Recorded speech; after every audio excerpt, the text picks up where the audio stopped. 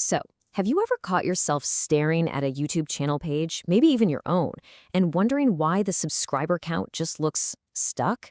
Like, you know for an absolute fact people are hitting that subscribe button, but the number on the screen simply refuses to budge. Well, welcome to today's explainer. We're going to completely demystify exactly how YouTube subscriber counts actually work. We'll uncover the hidden math running behind the scenes, bust a few common myths, and look at the reality of how a channel really grows. Okay, let's dive into our game plan for today. We'll start with subscriber count basics, move into public display rules, and then check out the escalating scale. After that, we'll look at studio versus public numbers, tackle spam and closed accounts, and wrap the whole thing up with the real growth formula. Section 1. Subscriber Count Basics. Where is that real number hiding? If you want to bypass all the rounded public numbers and see your exact audience size literally down to the final digit, here's exactly what you need to do. Jump into your YouTube studio, click over to Analytics. Head to the Overview tab, find that real-time card, and click See Live Count. Boom! That right there is your ultimate source of truth. Every single time a viewer hits subscribe, that specific number ticks up instantly. Section 2. Public Display Rules. Let's talk about why YouTube actually rounds these numbers. So the rules actually shift depending on the current size of the channel. If you're a newer creator just starting out and you have under 1,000 subscribers, let's say you're at 523, the public sees exactly that, just 523. At this early stage, YouTube updates the public-facing count with every single new subscriber you get. It's a precise one-to-one reflection of your actual real-time growth. Now, what's really fascinating is what happens the literal second you cross that 1,000 subscriber milestone. When we break the math down, it looks like this. If you have 1,231 actual subscribers, the public sees 1.23K. Say you gain 3 more to hit 1,234. The public still just sees 1.23K. Even if you climb all the way to 1,239, it is firmly stuck at 1.23K. It's only when you hit exactly 1,240 subscribers that the public display finally ticks over to 1.24K. YouTube basically shifts the goalpost on you. Once you hit 1,000, the public count only updates for every 10 new subscribers. So that 1.23K you see publicly, that's actually a hidden range, and the real number is anywhere between 1,230 and 1,239. Section 3. The escalating scale. Because as you grow, the display actually slows down. Picture this. Your channel is really taking off. You've blown past the 10,000 milestone and you check your live count. You are sitting at exactly 12,345 actual real subscribers. But what does the rest of the world see? Just 12.3K. Why is that? Well, because between 10,000 and 99,999 subscribers, that public count only updates every 100 subscribers.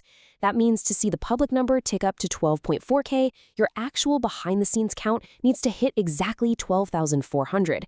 You could literally gain 99 subscribers in a single afternoon, and the public wouldn't see a single-digit change on your main page. Crazy, right? All right, let's scale it up again.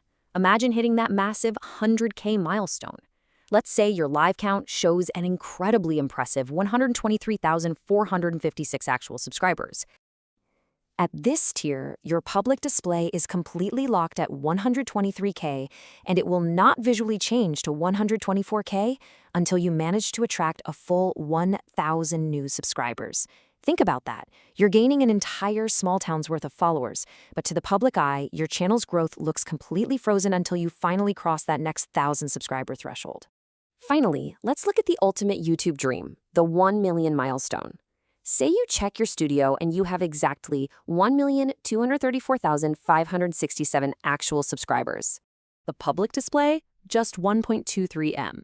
Now you can clearly see why massive channels look like their subscriber counts are permanently stuck in the mud. To get that public display to switch to 1.24M, this channel doesn't just need 1 or 2 people to click subscribe, they need 10,000 new subscribers. So just remember, a public display of 1.23M definitely doesn't mean exactly 1,230,000. The actual count is almost certainly much higher. Section 4. Studio versus public. Why you really shouldn't get confused. And this perfectly illustrates the exact reality every creator deals with. Your behind-the-scenes studio live count might show exactly 1,237. That's your real, raw, unfiltered data. But the public channel just sees 1.23K. And here's the kicker. Both of these numbers are 100% correct. They're just displayed differently based on that escalating scale we were just talking about. So if you're a creator, there's absolutely no need to panic if these numbers don't perfectly match up. It's totally normal.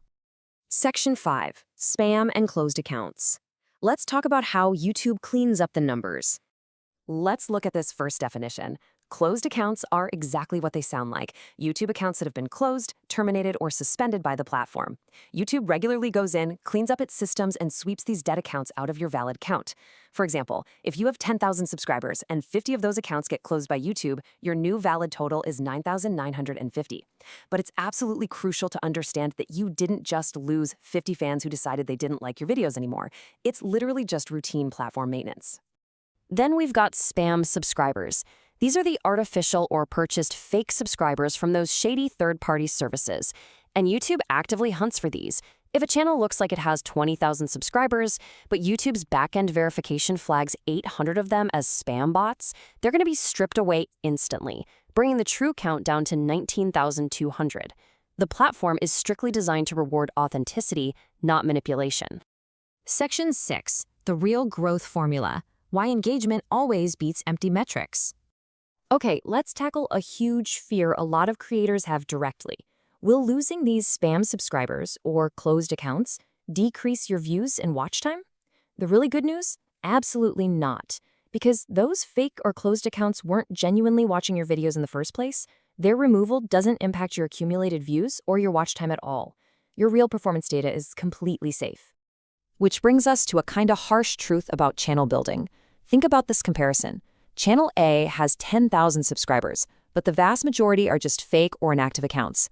Channel B only has 5,000 subscribers, but they are a genuine, invested audience who actually tune in and watch the videos. Channel B is going to win every single time. Buying fake numbers just to inflate your public display is a terrible long-term strategy. Empty numbers don't click, they don't comment, and they certainly don't watch your content. Engagement always beats empty metrics. So the crucial point boils down to this cheat sheet right here. If you ever want to know when your public count is finally going to update, just memorize these thresholds. Under 1K, it updates every 1 subscriber. From 1K to 9.9K, it updates every 10. From 10K to 99.9K, it's every 100. From 100K to 999.9K, it takes 1,000. And from 1 million up to 9.9 million, you need a whopping 10,000 new subscribers just to move the needle. Cement this math in your mind. It'll save you so much headache. I want to leave you with this final thought. Track your actual growth in YouTube Studio real time, because that shortened public number does not tell the whole story.